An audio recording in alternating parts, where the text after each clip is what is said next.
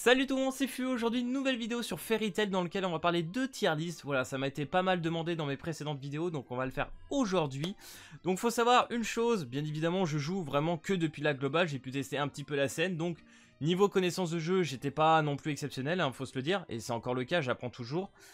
C'est pour cela que j'ai demandé dans la partie communautaire s'il y avait des personnes parmi vous qui connaissent très bien le jeu, qui ont joué pendant un certain temps sur la CN, voilà, qui connaissent les prochains persos et qu'est-ce qui est OP ou pas, et qu'est-ce qui est en priorité à aller chercher. Voilà, parce que pendant que je faisais ma vidéo d'invocation sur Galuga ou Jelal, certains me faisaient remarquer, frérot, il y a un autre portail qui va arriver plus tard, un autre type de portail qui s'appelle avec Mira Jane, avec Erza Armure, il y aura un Natsu Crimson et un Grey aussi qui va être insane. Frérot, cumule. Donc voilà, ça va être important qu'on parle un petit peu de tout ça. Donc c'est pour cette raison que je tiens à faire la petite pub et également à remercier l'ami Reverse World 99, voilà, qui a fait un petit Didi, un petit vocal avec moi, qui m'a appris énormément de choses sur le jeu. Donc un grand merci à lui parce que du coup j'ai pu refaire quelques compos et bien évidemment améliorer ma petite base de données du jeu, ce qui fait énormément plaisir. Donc n'hésitez pas à aller voir sa chaîne parce qu'il a fait également les tier lists que je vais vous présenter ici, et sachant que lui il a plus de connaissances que moi, n'hésitez pas quand même à aller voir ses vidéos, même si voilà, ces tier lists sont peut-être un peu plus longues, mais au moins vous avez une bonne base de données là-dessus. Moi je vais essayer de raccourcir, faire un petit résumé dans cette vidéo. À savoir que du coup avec cette personne nous avons tous les deux décidé, parce qu'on apprécie énormément le jeu, enfin lui surtout il est grand fan, hein, je pense, de Fairy Tail également. Mais voilà, moi je m'attache énormément au jeu, plus je joue au jeu, plus je kiffe, c'est très rare, sachant que j'ai eu des grosses hype récemment sur d'autres jeux qui sont sortis, et que finalement bah, je l'ai perdu au fur et à mesure, et celui-là c'est l'inverse. J'avais beaucoup apprécié la CN, je trouvais qu'il avait un gros potentiel, mais je savais pas trop ce que ça allait donner. Quand il est arrivé sur la globale, j'ai joué un petit peu, je commençais à apprécier son bien mais sans plus, mais plus j'avançais dans le jeu, plus je développais les modes et le contenu, plus je commençais à kiffer. Donc franchement ça fait plaisir, et en plus de ça, bah, les stats derrière moi sur la chaîne, sur le jeu, fonctionne très bien, donc franchement un grand merci à vous, très content de voir qu'il y a une bonne commu derrière Fairy Tail. Donc c'est pour cela que je reviens à ce que je disais, qu'on a monté un petit Discord, donc je le mettrai en description, donc n'hésitez pas à le rejoindre pour ceux que ça intéresse. On va essayer de se faire une petite communauté autour de ce jeu, ça pourrait être vraiment chouette. Et puis si un jour il y a tout simplement les serveurs qui se synchronisent ou quoi, qu'on fasse voilà une guilde tous commun, parce que nous on est sur les tout premiers serveurs, on a un serveur d'écart avec Rivers, donc faudra qu'on voit un peu plus tard comment ça pourrait se passer de ce côté là. Donc du coup les gars, c'est parti, on va commencer avec les deux screens que j'ai. Je pense qu'on va commencer tranquillement avec les SR, et après on partira sur les SSR. Donc tout ce qui est au niveau SR et R, donc nous avons en bof, on va retrouver Totomalu, on va retrouver Lucy, Ishiya, Macao je crois, et Shelly.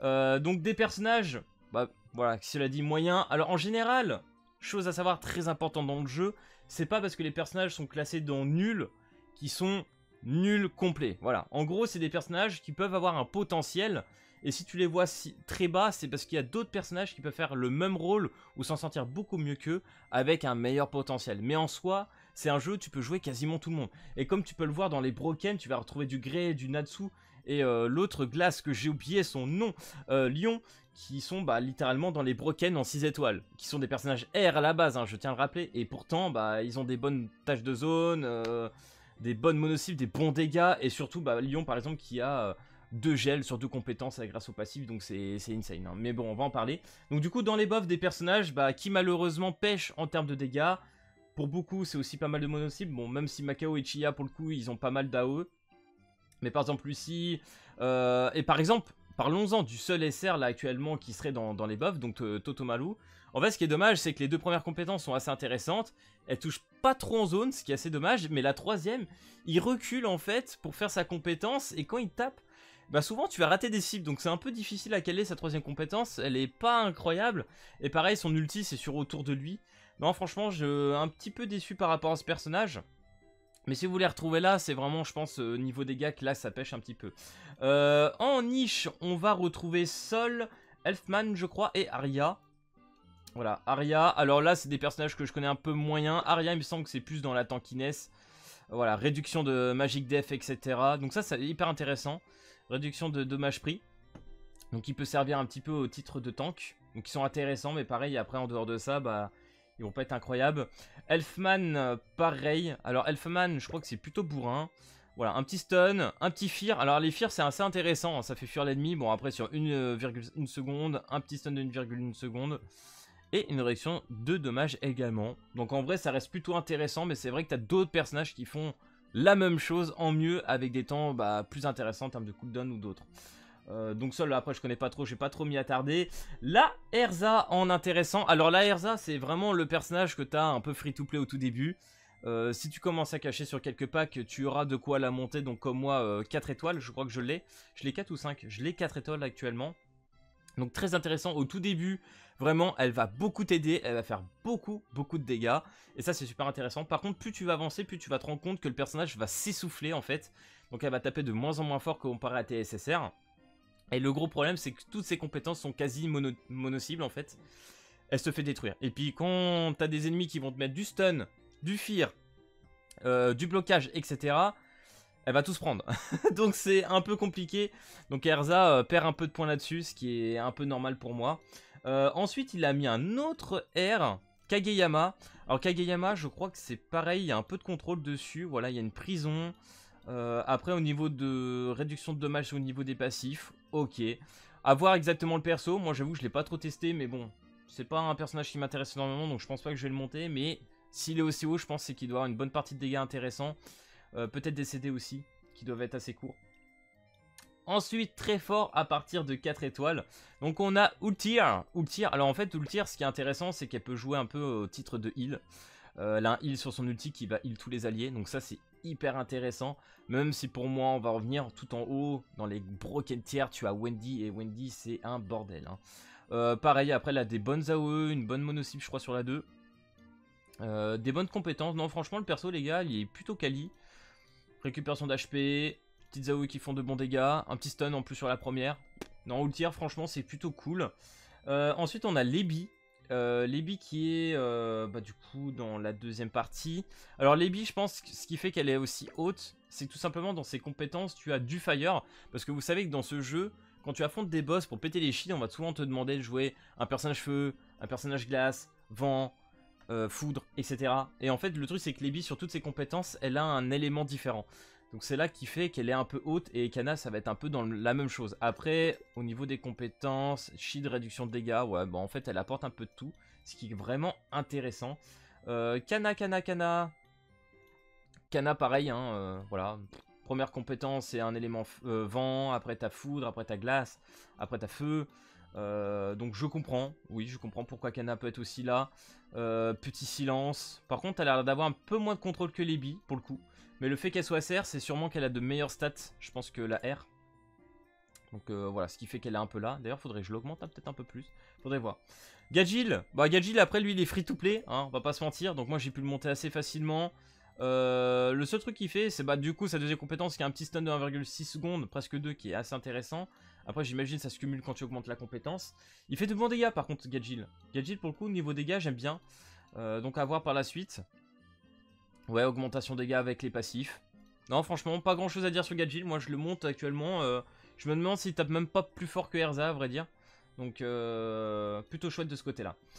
Ensuite, dans les Broken, tu vas retrouver Bisca. Alors, Bisca, je pourrais pas dire, mais des retours que j'ai eu, ça sera un personnage, une fois hyper bien monté, qui peut te caler une balle de snipe qui va te taper du 30-40k, qui peut littéralement OS un personnage.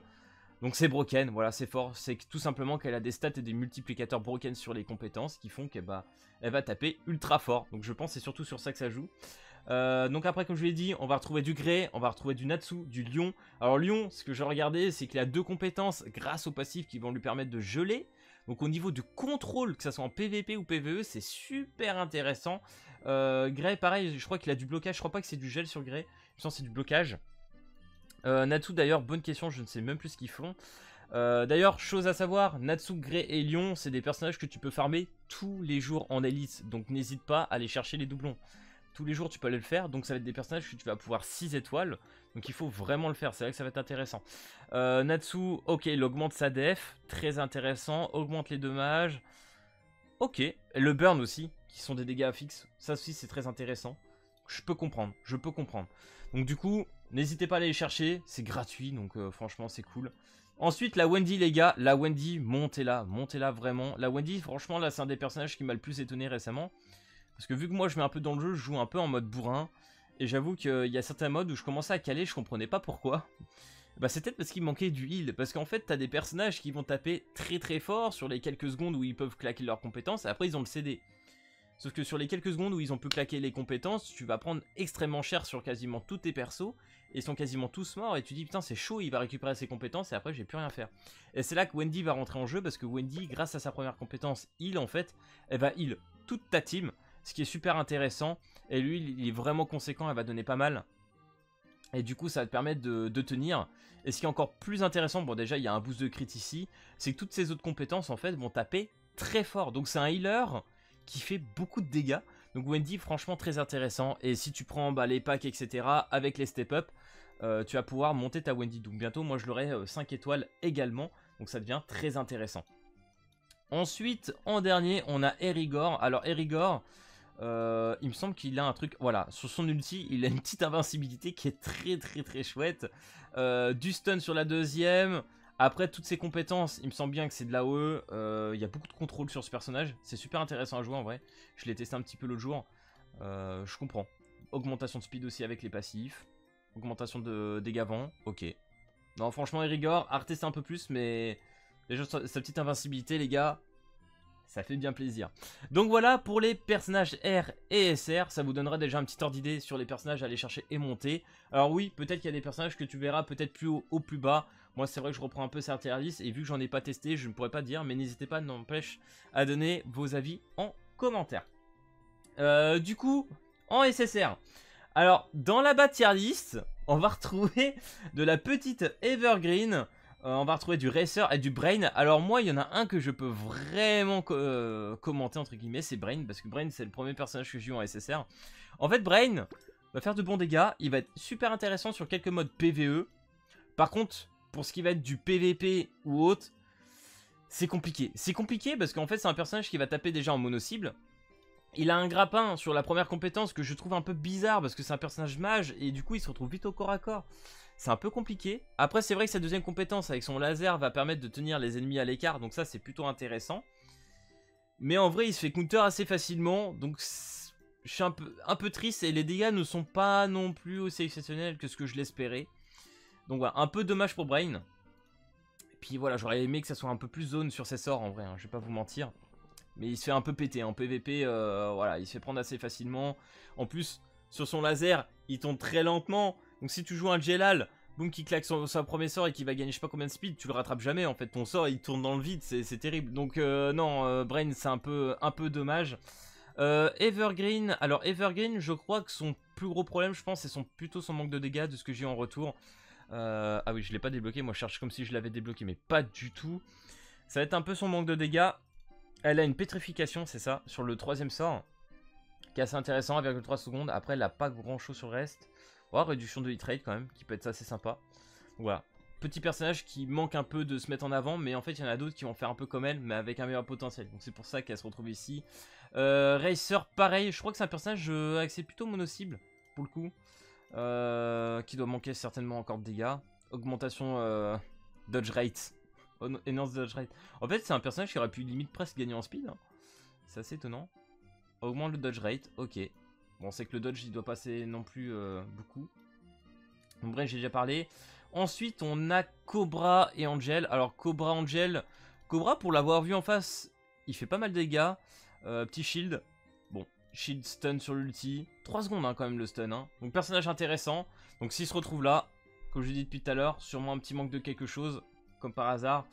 Angel, pareil, je vais pas trop commenter sur elle parce que voilà, je connais pas le personnage. Mais s'il l'a mis là, voilà, j'imagine que. Du coup, on a également en B, on va retrouver du Gildart, du Makarov, Mystagon, Jubia. Alors Jubia, pour le coup, c'est vrai que je lui ai presque 5 étoiles. Elle fait énormément de dégâts, du contrôle. Elle peut mettre sa fameuse bulle sur la première compétence, super chouette.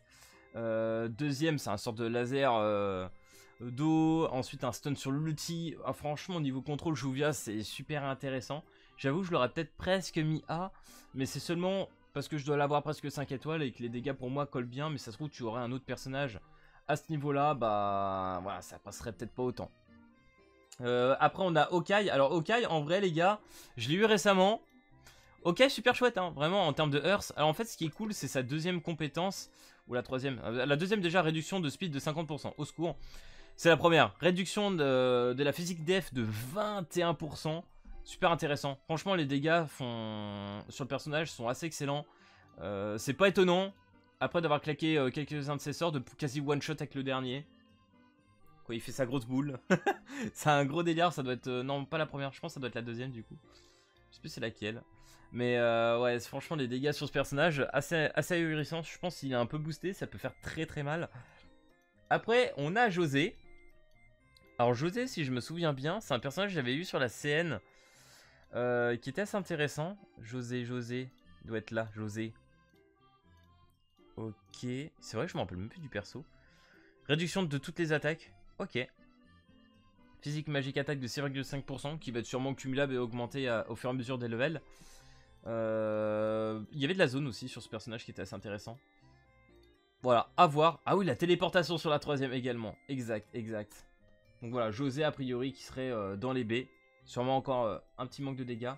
Mais voilà, pour le dire, ok, je pense qu'il fait mieux que ce que tu dois avoir en C ou en D en termes de debuff, entre guillemets. Il est plus intéressant.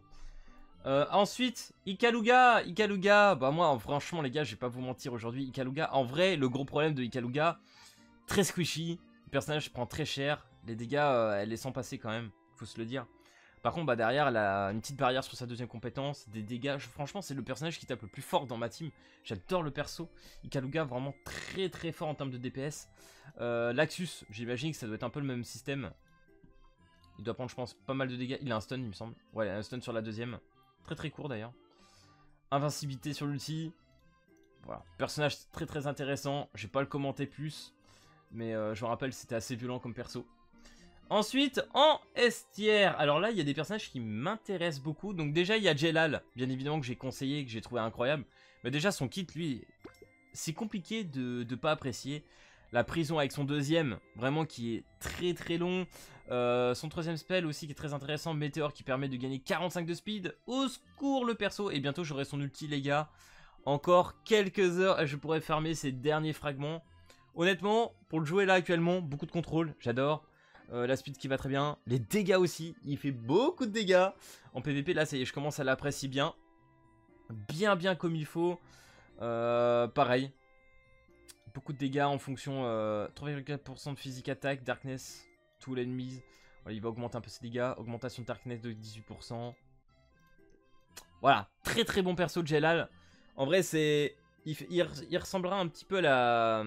Mira Jane, je disais Mira Jane moi sur ma première vidéo, mais en vrai ça va être un peu comme Mira Jane, mais en moins bien. Du coup, après on a Midnight. Alors Midnight pour moi c'est une grosse surprise, un personnage que je connaissais pas trop pour le coup. A priori, bien broken. Contrôle immunité, contrôle, ok. Cannot selected, deuxième, réduction de speed de 80%. Ah ouais c'est énorme ça par contre. Ok, que de la zone, j'ai testé le personnage un petit peu en douce, beaucoup de zones. Réduction de la dernière death de 0,5%. Stack up 30 fois. Ok, augmente les skills CD, réduction de 10%. Franchement, je pense que le perso, faudrait que j'essaie de le dropper pour voir. On verra s'il passe ou pas, ça pourrait être intéressant. Ensuite, on aura plus tard, c'est pas encore disponible, c'est Minerva. Qui devra arriver plus tard. Bon, Rebirth le kiffe énormément, mais bon, pour l'instant, elle n'est pas dispo. Mais a priori, c'est un très bon perso. Et du coup, les gars, pour finir... Dans la barre des SS, en fait, on va retrouver 4 personnages qui font partie tout simplement d'une bannière à part, comme je l'ai dit au tout début de cette vidéo. Donc vous le savez, actuellement, on a les élites recrutes, donc tu vas avoir tout simplement avec un shop classique. Donc là, bien évidemment, c'est une bannière où tu fais rien en termes de cristaux, déjà, ça c'est clair.